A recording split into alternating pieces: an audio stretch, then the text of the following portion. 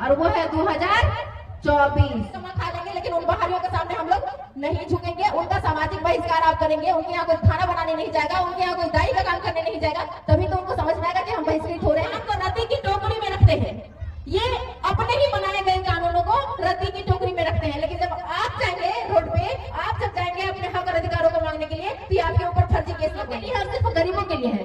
जब ये नियम और कानून उनके ऊपर हम लोग बताते हैं कि धारा इतना के तहत, संविधान ये के तहत हमारा ये राइट बनता है कि जमीन हमारी है, तो आप सहमति लिए बिना हमारी जमीनों को नहीं ले सकते हैं, तब उनके कानून कहाँ चले जाते हैं। आदरणीय युवा हृदय सम्राट जयराम महतो जी।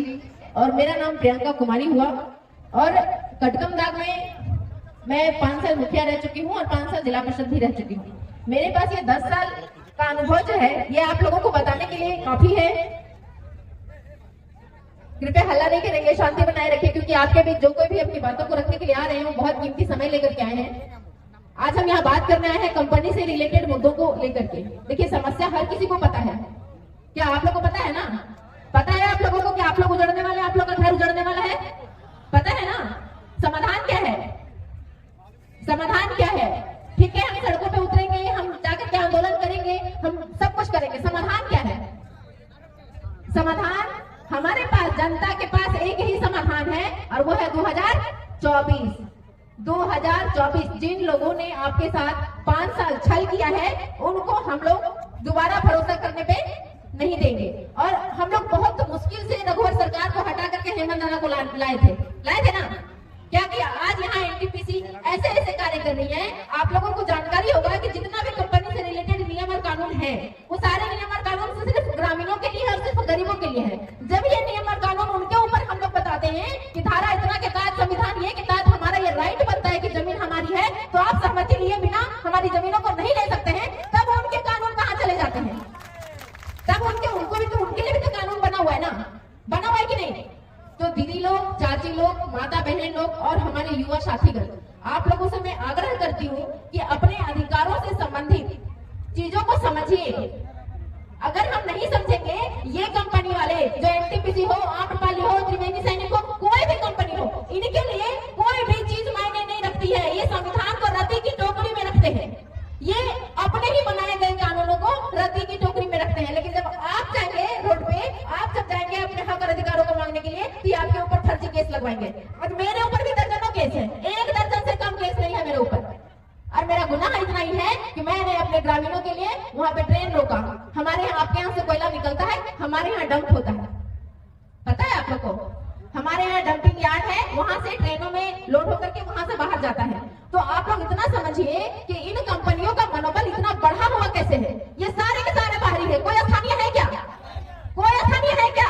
चाहे एनटीपीसी में एक झाड़ू लगाने वाला भी होता है ना, तो उसको भी अगर नौकरी मिला है तो उन्होंने किसी अपने को खोया है, तब जाकर उसको वहां झाड़ू लगाने का नौकरी मिला है।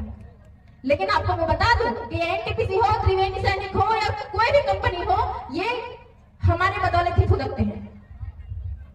कहीं ना कहीं हम दोषीवार हैं।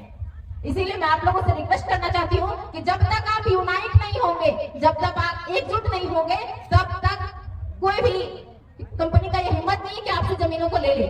फर्जी जो एफआईआर हो रहे हैं, अभी मैं चट्टी बरियातों की बात करूं जो कल परसों हुआ है, वहां पे एक ग्रामीण, हम लोगों ने बहुतों को खोया है। जब रोड एक्सीडेंटल हुआ था, चूंकि कटकमदाग हमारा बॉर्डर पे पड़ता है, तो बहुत लोग हम लोगों ने खोया है, बहुतों को हम लोगों ने खोया, आप लोगों ने खोया, जो एक्सीडेंट में मारे जाते हैं। हम लोग रात भर पेड़ वड़ लेकर रोड जाम किए, लेकिन कभी एक प्रशासनिक पदाधिकारी तो दूर की बात है, कंपनी वाला लोग भी देखने आता है क्या? नहीं आता है। लेकिन वहाँ 5 दिन कोयला जाना बंद हो गया, 5 दिन खनन बंद हो गया और 6000 ग्रामीण वहाँ बंद करके बैठे रहे। उसके लिए डीसी मैडम 16 सीओ को, 16 प्रखंड के सभी सीओ को और जितना ग्रामीण है उससे ज्यादा फोर्स को लेकर के चट्टी बरियातों को पहुंची और वहाँ पे 150 लोगों के ऊपर एफआईआर हुआ और 200 लोग अभी तक अज्ञात हैं। मतलब अगर आप बोलेंगे भी एनटीपीसी के खिलाफ तो आपका नाम अज्ञात में डाल दिया जाएगा और आपके ऊपर एफआईआर हो जाएगा। तो आप बताएं कि क्या हम लोग का यही गुनाह है कि हम लोग अपनी जमीन बचाने के लिए गुहार कर रहे हैं? ऐसे ही मैं प्रशासन को चेतावनी देना चाहती हूँ कि आप लोग समझ रहे हैं कि आप लोग हिंसात्मक कार्रवाई करने के लिए हम ग्रामीणों को मजबूर कर रहे हैं। जिस तरीके से आपके पास पुलिस प्रशासन है, हमारे पास संविधान का अधिकार है।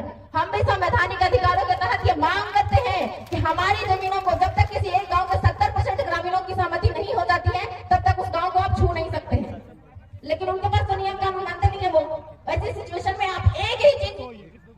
देगा कि जब भी आपके गांव में आए तो उसको झाड़ू डंडा लोहा लकड़ जैसे हो खदेड़ के भगाइए। सिर्फ खदेड़ के भगाना ही उपाय है। और ये एनटीपीसी और त्रिवेणी सैनिक के जितने लोग आसपास में बसे हुए हैं उनका सामाजिक बहिष्कार करना आपके हाथ में है। उनके यहाँ हम झारखंडी हैं, हम मूलवासी हैं, हम यहाँ के राजा होने वाले हैं, लेकिन आप बताइए वो लोग बसे हुए हैं बाहर से आकर के हमारे ही जमीनों को लूट रहे और हमारी माता बहनें उनके यहाँ दाई का काम करने जाती है कि नहीं जाती है? जाते हैं कि नहीं जाते हैं? नहीं जाना है। हमारे झारखंड में पूरे एशिया का 90% का और कोयला निकलता है और सबसे बहुमूल्य कोयला निकलता है। तो इतना बड़ा खनन हमारे यहाँ, इतना बड़ा खनिज संपदा हमारे यहाँ है, हम कुछ भी करके कमा खा लेंगे, लेकिन उन बाहरियों के सामने हम लोग नहीं झुकेंगे। उनका सामाजिक बहिष्कार आप करेंगे, उनके यहाँ कोई खाना बनाने नहीं जाएगा, उनके यहाँ कोई दाई का काम करने नहीं जाएगा, तभी तो उनको समझ में आएगा कि हम बहिष्कृत हो रहे हैं। उनको कंपनी अच्छा मानदेय दे रही है, अच्छा पैकेज दे रही है, डाक बंगला दे रही है, घूमने के लिए गाड़ी दे रही है, आपसे आपकी जमीन को छीनने के लिए पुलिस दे रही है, उसको किस चीज की कमी आएगी? किस चीज की कमी आएगी? आप युवाओं से मैं कहना चाहती हूँ कि झारखंड की सरकार है, जो हेमंत सरकार है, वो ऐसे ही आपकी जिंदगी बर्बाद कर रही है। 5 साल एक भी नियुक्ति इन्होंने सही सलामत नहीं निकाला। सिर्फ पढ़ाई के नाम पे मोटे मोटे फीस हमारे युवाओं से, युवा भाइयों से वसूली जा रही है और वैकेंसी के नाम पे एक वैकेंसी से सही सलामत नहीं निकल रहा है। और जो अभी हमारे भाई ने कहा ना कि दोनों तरफ के रहना चाहते हैं, हेमंत सोरेन जी आपसे मैं कहना चाहती हूँ इस मंच के माध्यम से कि आप स्थानीयता नीति को लेकर के 1932 के खतियान को लेकर के और ओबीसी के आरक्षण को लेकर के अपना जाने कितना स्वागत कार्यक्रम कर लिया, आभार यात्रा कर लिए, जोहार यात्रा कर लिए और लोगों ने आपको धन्यवाद भी दे दिया, लेकिन ये किसी काम का नहीं रहा। जितनी भी वैकेंसियां निकली किसी में आरक्षण हमें नहीं दिखा, हमारे स्थानीय लोगों को किसी में भी नौकरी में वरीयता नहीं मिला। तो फिर हम उस 27% आरक्षण को और उस 1932 को क्या करेंगे? ये चाहते तो 1932 को आराम से लागू कर सकते थे, लेकिन उन्होंने सेंट्रल के पाले में अपना गेंद इसलिए डाला कि हम इधर से भी मीठे रहे और उधर से भी मीठे रहे ना। राज्यपाल जाते जाते बोल के गए हमारे यहाँ कि अगर हम 1932 को लागू करेंगे तो बाहर से आए हुए लोगों का क्या होगा, बिहार से आए हुए लोगों का क्या हुआ? तो सबका ठेका हम झारखंडी लोग लेके रखे हैं, हमारी जमीन, हमारा खनिज, हमारा सब कुछ, और हम बाहर के लोगों के नौकर बन करके रहे। ये स्थिति कोई और नहीं पैदा किया है, हमारे झारखंड सरकार ने पैदा किया है। और कुछ ऐसे जनप्रतिनिधि भी हैं जो जनता के सामने आते हैं कि हम आपके हैं और उधर जाकर के कंपनी के सामने कहते हैं कि हमने जाके जनता को समझाया, आप हमारा परसेंटेज बढ़ाओ। इस चीज को आप लोग समझिए, पहला बात। दूसरा बात, आप हमेशा याद रखेंगे, हमेशा, कि हम राजतंत्र की ओर नहीं बढ़ने चाहिए। हम जितने भी युवा हैं, आप लोग हमारे कल के आने वाले भविष्य हैं। अब हमारी उम्र इतनी रही नहीं कि हम सबकी नौकरी लगेगी, लेकिन हम आने वाले बच्चों के लिए तो लड़ सकते हैं, और नहीं तो अगर हमारी ये जमीनें छीन रहे हैं तो हमारे आने वाले बच्चे इनकी गुलामी करेंगे। इनके यहाँ झाड़ू पोछा का काम करना होगा उनको, तो आप अपने लिए ना सही अपने बच्चों के लिए लड़िए और उनके लिए लड़िए। और हेमंत सरकार को ये चुनौती दीजिए, हर एक मंच से दीजिए, हर एक घर से दीजिए, हर एक दरवाजे से दीजिए उनको चुनौती कि 2024 आने वाला है और आप देख लीजिए, अगर 1932 आधारित खतियान और स्थानीयता नीति में आपने सुधार नहीं किया तो 1932 में आप दूर दूर तक कहीं नजर नहीं आएंगे। और राजतंत्र का मतलब, मैं आप लोगों से, राजतंत्र का मेरा शब्द यूज करने का मतलब ये था कि एक बाप जो राजा बन गया है ना, हमारे बच्चे को समझे था कि नहीं? समझ रहे हैं? एक बाप राजा बन गए, फिर ओकर बेटा राजा बन गए, ओकर बाद फिर ओकर बेटा राजा बन गए, फिर ओकर बेटा राजा बन गए, मतलब जे भी राजा बनता सब ओकरे घर के, है ना। तो ये बाकी विधानसभा में भी आप देखिए, झारखंड में ये बहुत प्रचलन में है कि एक बार जब विधायक बना, फिर ओकर विधायक बना, फिर ओकर विधायक बना। तो ये चीज नहीं होना चाहिए। आप सभी युवागण हैं, सभी पढ़े लिखे हैं, इस चीज को तय करिए कि अगर एक बार जब विधायक बना और अगर जनता को उम्मीदों पे खरा नहीं उतरा तो दोबारा हम उसको मौका नहीं देंगे। यहाँ का स्थानीय विधायक बने और स्थानीय विधायक को भी 5 साल ही मौका दीजिए, चाहे उस जगह पे कोई रहे, ये रहे, वो रहे, आप खुद क्यों नहीं रहे। हम प्रजातंत्र में है, भारत एक प्रजातांत्रिक देश है और यहाँ पे समता का अधिकार सभी को है, समानता का अधिकार सभी को है। आप बताइए, अभी हजारीबाग व्यवहार न्यायालय में वैकेंसी निकला है, ठीक ना। अब वैकेंसी में क्या है? 65 गो सीट है जनरल के लिए, 65 गो, और जिसकी जनसंख्या यानी ओबीसी की जनसंख्या 55% से ऊपर है, उसके लिए मात्र 14-15 गो है। तो आप सोच लीजिए कितना है। आप बात करते हैं मुख्यमंत्री जी आरक्षण की बात करते हैं, हमें तो कहीं दिखाई नहीं दिया आरक्षण इसमें। जो 7% और 8% के लोग हैं उनके लिए 65 गो सीट, और जो 55 से 60% के लोग हैं उनके लिए मात्र 14-15 गो सीट। हमारे बच्चे कहाँ देंगे? तो इस चीज को युवाओं को समझने की आवश्यकता है, आप समझिए। और इन एनटीपीसी वालों को और ये कोयला कंपनी वालों को खदेड़ के भगाइए। जब तक नहीं भगाएंगे, याद रखिएगा, ये आपको पूछने वाले नहीं है। और इस आंदोलन के सिर्फ 2-4 मूल मंत्र हैं जो आपको याद रखने की आवश्यकता है।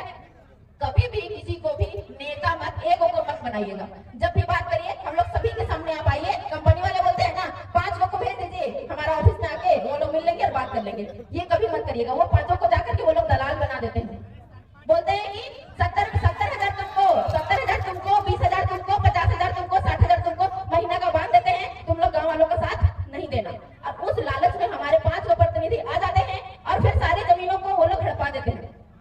हम ग्रामीणों का नाम FIR में वो लोग देते हैं, क्योंकि वो तो बाहरी है, कंपनी वाले तो बाहरी हैं। उनको कैसे पता है कि कौन कौन था आंदोलन में, कौन कौन था लड़ाई में? उनको पता होगा? नहीं होगा। उनको नाम बताने वाला कौन है? वो 5 को लोग जो ऑफिस में जाकर के सेटलमेंट करके आते हैं। तो जब भी बात होगा पूरे ग्राम सभा के सामने होगा। तो जब भी आप कंपनी के खिलाफ आंदोलन करें तो उनसे एक ही बात करें कि वार्ता सबके सामने हो। और दूसरा बात याद रखिएगा कि कभी भी 2 को 4 लोग जब कंपनी के फेवर में बात करें तो उनको आप कहिएगा कि हमें आपकी बात नहीं सुननी, उनकी बात ही नहीं सुननी है। और 70% जब तक गाँव वालों की सहमति ना हो तब तक आपको कोई बात नहीं करनी। तीसरी बात कि आए दिन NTPC जो है मच्छरदानी बांटेगी, कंबल बांटेगी, हेल्थ चेकअप बांटेगी और वो सब कर करके आपके अंगूठे के निशान लेती है और जाकर के ग्राम सभा के प्रोसीडिंग में वो चिपकाती है और सरकार को ये बताने का कोशिश करती है कि देखिए गाँव वालों ने ग्राम सभा के माध्यम से हमको सहमति दिया है, हम जमीन वहां ले लिए हैं। इन सब चीजों को ध्यान में रख करके आप लोग आंदोलन करिएगा। माता बहनों, आप लोगों से मैं कहना चाहती हूँ कि हमारे झारखंड को लेने में सिद्धू कान्हू, बिरसा भगत, बिरसा मुंडा सभी जेल गए थे ना, और गए थे वो लोग फांसी पे चढ़ गए हंसते हंसते, तभी हमको झारखंड मिला है। अगर हमारे ऊपर 2-4 केस हो जाता है गांव को बचाने के लिए, हमें कोई फिक्र नहीं करनी चाहिए। हमें जेल जाना पड़े कोई बात नहीं, हमारी जमीनें बचेंगी, हमारे आने वाली पीढ़ी कमा के खाएंगी। लेकिन इन NTPC वालों को बकसिएगा नहीं। ये FIR की धमकी देते हैं, हम जमीन आप नहीं दोगे, जमीन एक बार कहते हैं ये लोग हमेशा, जमीन नहीं दोगे ट्रेजरी में पैसा डाल देंगे, आपकी जमीनों पे हम काम करेंगे। ये तभी होता है जब उसके साथ 2-4 दलाल मिले होते हैं।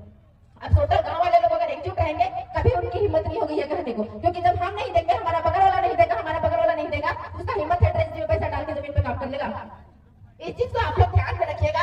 हमें समय की बहुमूल्यता का ध्यान रखना चाहिए, क्योंकि मैं अगर बोलूंगी तो बहुत टाइम लग जाएगा। इसीलिए आप सभी को जोहार, मुझे इस मंच ने सम्मान दिया, बोलने का मौका दिया और आप सभी ने ध्यान से सुना। बहुत बहुत धन्यवाद।